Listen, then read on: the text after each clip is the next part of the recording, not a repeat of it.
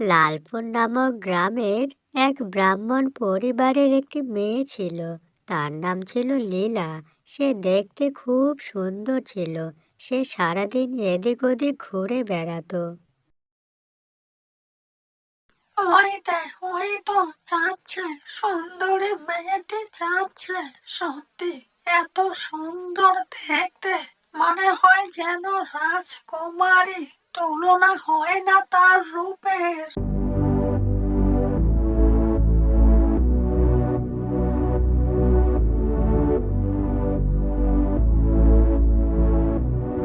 কি সুন্দরী না দেখতে, মনে হয় সামনে বসিয়ে সারাদিন ধরে ওর মুখখানা দেখি। লীলা সারাদিন এদিক ওদিক ঘুরে দুপুরের পর ঠিক বিকেল বেলার আগে বাড়িতে ফিরে আসে।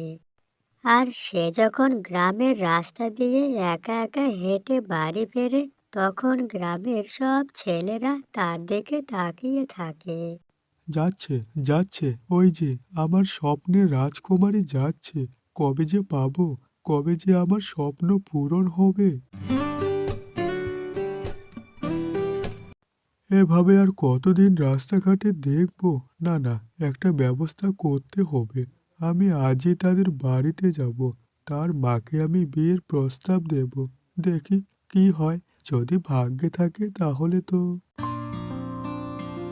ভয় করলে হবে না। আজ সাহস করে বলেই ফেলি কথাটা।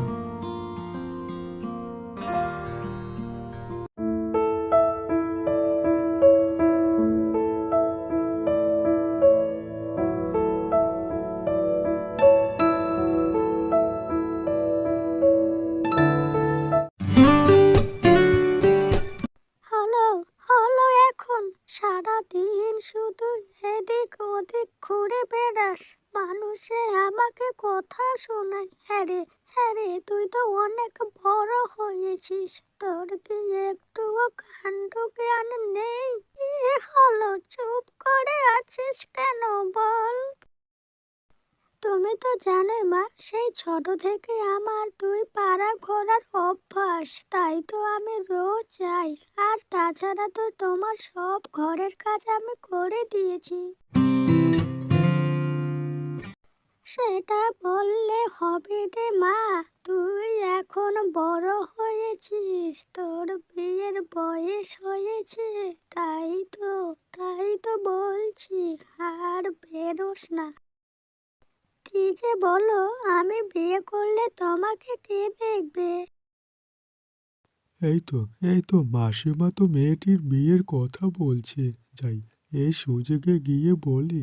যদি যদি আমার ভাগ্যে থাকে তাহলে লটারি লেগে যাবে। এই হাতছাড়া করা যাবে না, কোনো মতেই না। যাই, এক্ষুনি যাই, গিয়ে প্রস্তাবটা দেই আগে।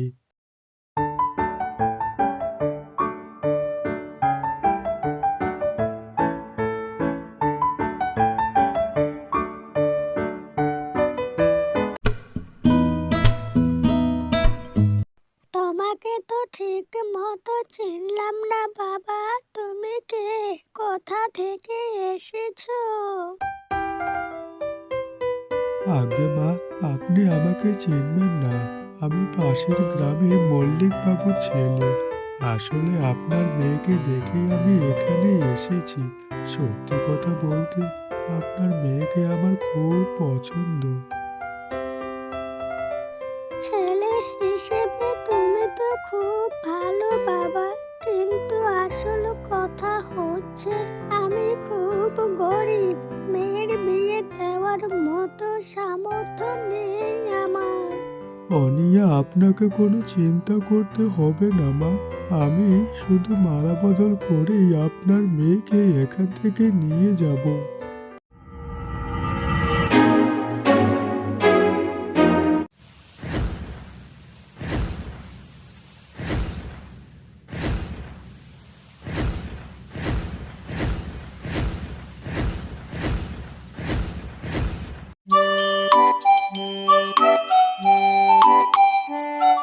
পরের দিন সকালবেলা ছেলেটি সেই বুড়িমার বাড়িতে চলে আসে।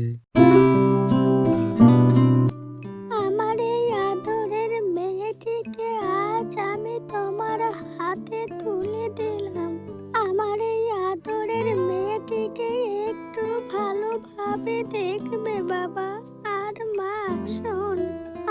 জন্য তোকে মন খারাপ করতে হবে না। নিজের খেয়াল রেখো। আমি প্রতি সপ্তাহে একদিন করে এসে তোমাকে দেখে যাব। একদম মন খারাপ করো না। এখন তাহলে আমরা চলি মা, আপনি ভালোভাবে থাকবেন।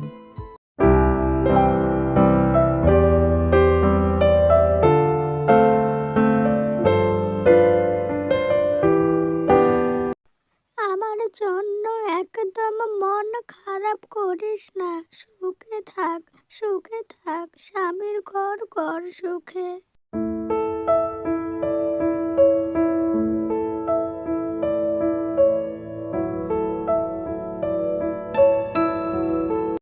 সুখে শান্তিতে থাকিস মা, এটাই আমি ঈশ্বরের কাছে প্রার্থনা করব। আর আমার জন্য একদমই মন খারাপ করিস না।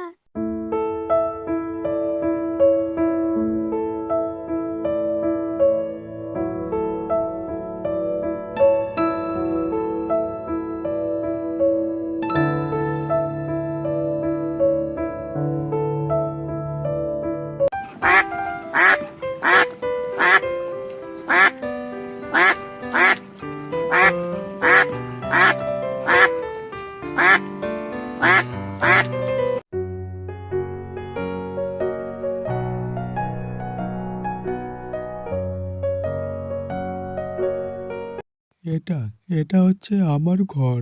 আজ থেকে তুমি এটাকে নিজের মতো করে সাজিয়ে তুলবে। আর আমার তো বাবা মা কেউই নেই, তাই তোমাকেই সব দায়িত্ব সামলাতে হবে এ সংসারের। আমি সোনা দানা টাকা পয়সা কিছুই চাই না। আমি শুধু চাই একটি ভালো মনের মানুষ, যে আমাকে সারা জীবন সুখে রাখতে পারবে আর আমার সুখে দুঃখে পাশে থাকবে।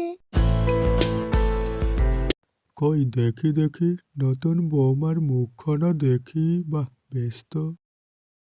রহিম চাচা, কাউকে কিছু না জানিয়ে হঠাৎ করে বিয়েটা করে ফেললাম। তুমি কিছু মনে করো না রহিম চাচা। এতে আবার মনে করার কি আছে? এ তো এক আনন্দের কথা। ছোটবেলায় তোর বাপ মা মারা গেছিল, তখন থেকেই আমি তোকে কোলে পিঠে করে মানুষ করেছি। তুই সুখী হ, এটাই আমি চাই বাবা।